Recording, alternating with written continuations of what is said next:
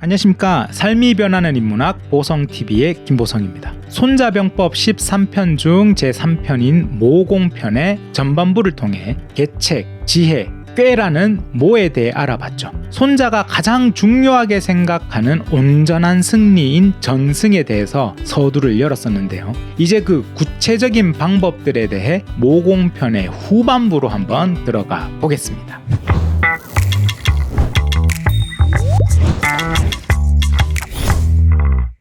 손자는 이제 모공을 하기 위해 갖추어야 할 것들에 대해서 말을 합니다. 장군은 나라를 보좌한다. 보좌하며 군주와 친밀하면 나라는 반드시 강해진다. 그런데 장군과 군주가 틈이 생기면 반드시 약해진다. 그러므로 군주가 군대에 환란을 가져오는 세 가지가 있다. 왕과 장군, 지금으로 보면 회사의 대표와 팀장과 같은 관계일 수도 있겠죠. 이렇게 두 리더 사이의 관계가 얼마나 친밀하냐에 따라 나라가 강해진다는 것이죠. 그런데 대표가 이런 상황일 때 환란을 가져와 모공을 펼칠 수 없게 되는 것에 대해 손자는 이렇게 말합니다. 군대의 진격이 불가능한데 모르면서 진격을 명령하는 것. 퇴각이 불가능한데도 모르면서 후퇴하라고 명령하는 것이다. 이러한 군대를 코가 꿰인 군대라고 한다.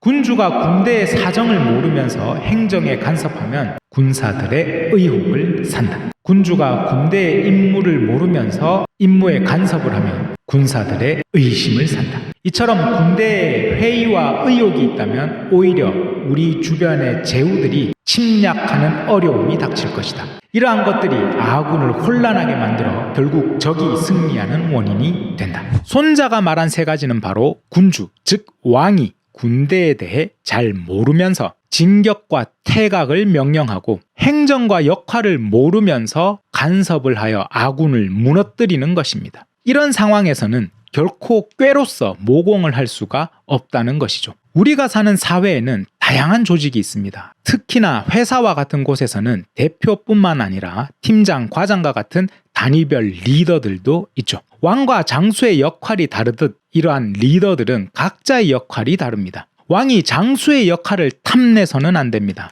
그리고 그들의 역할을 충분히 알지 못하고 진행했다가는 이러한 실패는 불보듯 뻔한 결과를 초래합니다.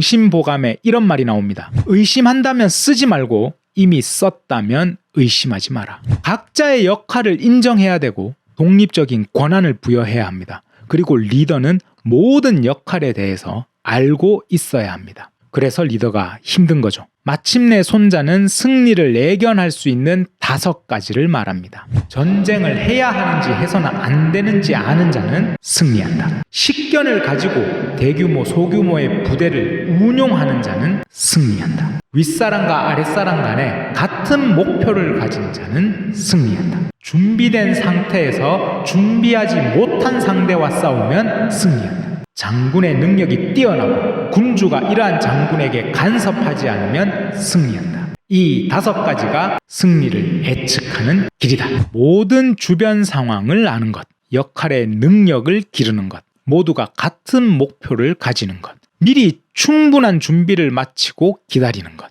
각자의 능력을 갖추고 역할을 하는데 독립적인 권한이 보장되는 것.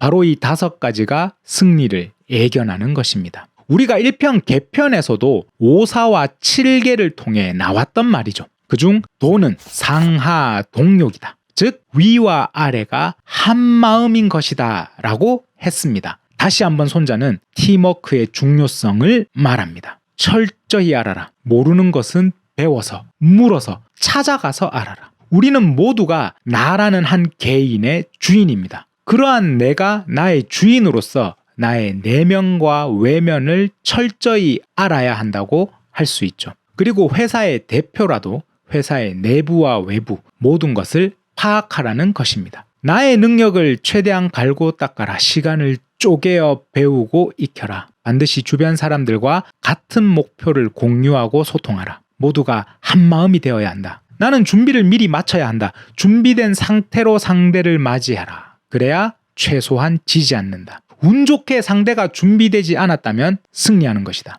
각자의 역할을 인정하고 보장하고 믿어라. 서로를 믿어야 최고의 능력을 발휘한다. 만약 아랫사람이 능력이 안 되면 가르쳐라. 이 5가지는 절대 게을러서는 안 된다는 것이죠. 자, 이제 마지막으로 손자병법에서 가장 유명한 문구가 나옵니다. 고로 적을 알고 나를 알면 100번 싸워도 위태롭지 않다. 적을 모르고 나를 알면 한 번은 승리하고 한 번은 패배한다. 적을 모르고 나도 모르면 매번 싸울 때마다 위태로워진다. 여러분 모두 들어보신 말이죠. 적을 알고 나를 알면 100번 싸워도 위태롭지 않다. 즉 지피지기면 백전불태라는 말입니다. 지는 안다. 피는 상대, 저쪽. 기는 나를 말합니다. 그리고 태라는 말은 위태롭다는 말입니다. 적을 알고 나를 알 때는 백전백승도 아니고 백전불패도 아닙니다. 이기고 지는 것은 나의 준비가 철저하고 상대가 준비되지 않았을 때 혹은 상대가 약할 때입니다. 그러니 승패는 알 수가 없습니다. 다만 위태롭지 않은 것이죠. 우리가 살면서 가장 바라는 것이 항상 성공하는 것이 아니라 위태롭지 않은 삶일 것입니다. 그러기 위해 손자는 나를 알아라. 그리고 상대를 알아라 라고 말합니다. 그리고 2가지 조건을 더 말했죠. 적을 모르고 나를 알 때 부지피 이지기 이럴 때는 한 번씩 승패가 있다. 확률이 반반이라는 것이죠. 그리고 마지막으로 적도 모르고 나도 모르면 부지피지기면 항상 위태롭다. 매전 필태. 그런데 여기에는 없는 말이 있습니다. 바로 적은 알지만 나를 모를 때 지피부지기입니다. 손자는 왜 적은 알지만 나를 모를 때라는 지피부지기의 상황은 말하지 않았을까요? 자기 스스로는 모르면서 상대를 안다는 것은 있을 수 없는 일이다. 결국 그것은 상대를 안다는 착각이다. 저는 이렇게 생각합니다. 우리는 보통 상대에 대해 다 아는 것처럼 말할 때가 많습니다. 정작 자기 스스로에 대해서는 잘 알지도 못하면서 말이죠. 그럴 때 한번 손자의 이 말을 되돌아봐야 할 것 같습니다. 과연 우리는 안다고 말할 수 있는 것인가? 라고 말입니다. 남의 말은 하기가 쉽습니다. 안다고 착각하기도 쉽죠. 가장 중요한 것은 바로 자기 스스로에 대해 아는 것입니다. 2500년 후에 지금을 살아가는 우리에게 손자는 자신에 대하여 아는 것을 말합니다. 나는 내가 어떠한지 아는가? 나는 나를 잘 아는 사람인가? 진정으로 나에게 관심을 주고 시간을 주고 지켜봐주면서 알아가는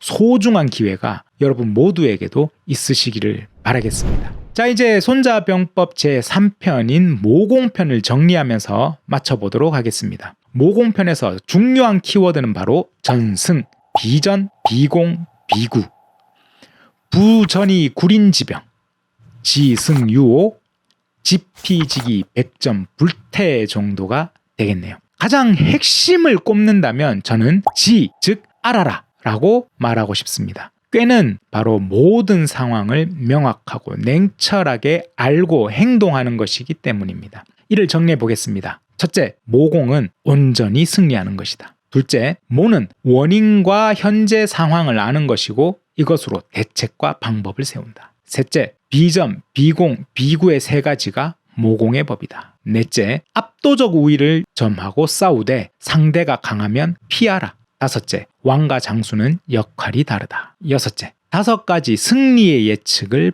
파악하라. 마지막으로 7번째, 지피지기가 백전불태이다. 모공편을 통해 아는 것의 중요성과 각자의 역할, 독립성을 한번 알아봤습니다. 결국 우리가 되돌아봐야 하는 것, 우리가 소중히 여겨야 하는 것은 우리 스스로에 대해 돌아보고 물어보고 자세히 들여다봐주는 것이 아닌가 합니다. 지피지기면 백전불태입니다. 다음은 제4편 군형편으로 찾아뵙겠습니다. 감사합니다.